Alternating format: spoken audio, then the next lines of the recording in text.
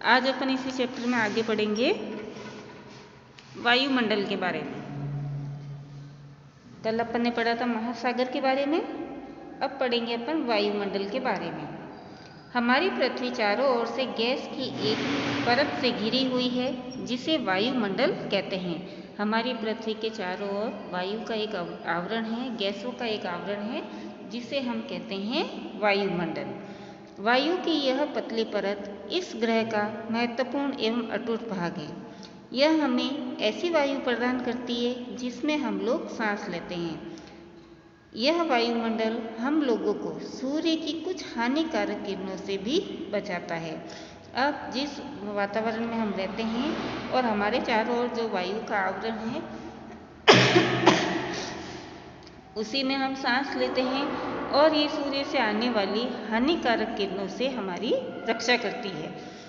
वायुमंडल 1600 किलोमीटर की ऊंचाई तक फैला हुआ है। ये पृथ्वी से 1600 किलोमीटर की ऊंचाई तक, मतलब ये पृथ्वी है तो ये पृथ्वी से 1600 किलोमीटर की ऊंचाई तक फैला हुआ है।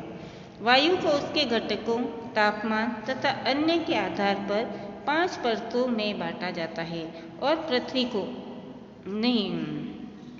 पूरे वायुमंडल को उसके घटक, तापमान के आधार पर 5 भागों में बांटा गया है। इन परतों को पृथ्वी की सतह से शुरू करते हुए, अब ये जैसे हमारी पृथ्वी है तो पृथ्वी से लेकर यहाँ तक कौन सी परत आएगी? क्षोभ मंडल, फिर समताप मंडल, फिर मध्य मंडल, फिर आयन मंडल और फिर सबसे लास्ट ऊपर कौन सी होगी? बहिर्मंडल। तो ये हमारे वायुमंडल की 5 परतें हैं।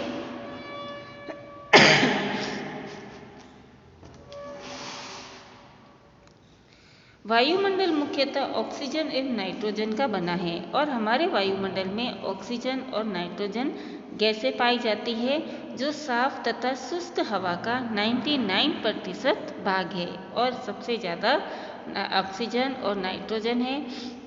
कितनी है? 99%। आयतन के अनुसार नाइट्रोजन 78% और ऑक्सीजन कितनी है?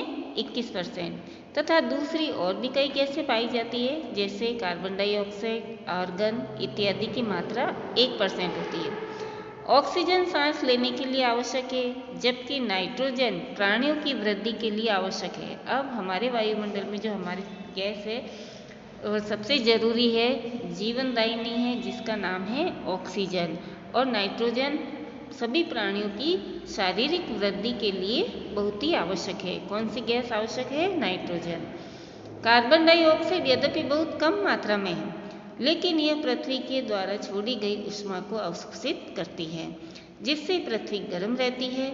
यह पौधों की वृद्धि के लिए भी आवश्यक है और पौधों की वृद्धि के लिए कौन सी गैस आवश्यक है? तो आप लिखेंगे कार्बन डाइऑक्साइड।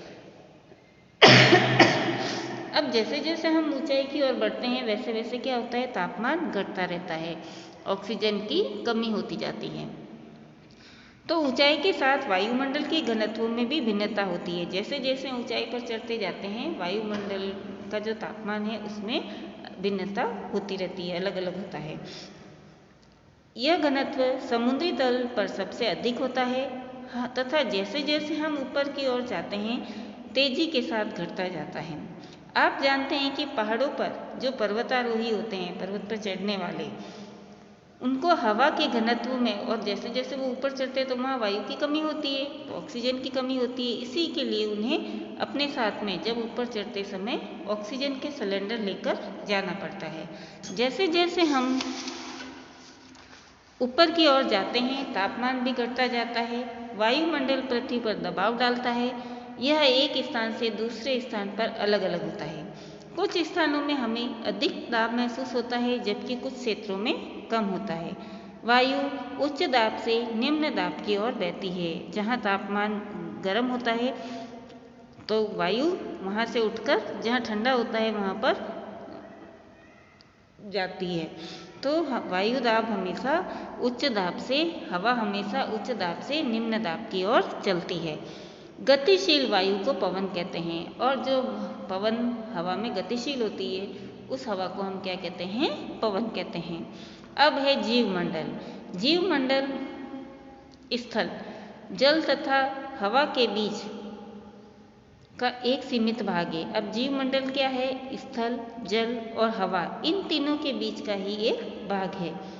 यह वह भाग है जहाँ जीवन मौजूद होता है, जीव मंडल जहाँ पर जीव रहते हैं। यहाँ जीवों की बहुत सी प्रजातियां हैं जो कि सूक्ष्म जीवों तथा बैक्टीरिया से लेकर बड़े स्तनधारियों से आकार में पाई जाती है। और जीव मंडल पर छोटी चींटी से लेकर बड़े हाथी तक की जीव पाए जाते हैं। मनुष्य सहित सभी प्राणी जीवित रहने के लिए एक दूसरे से तथा जीव मंडल से जुड़े हुए होते हैं।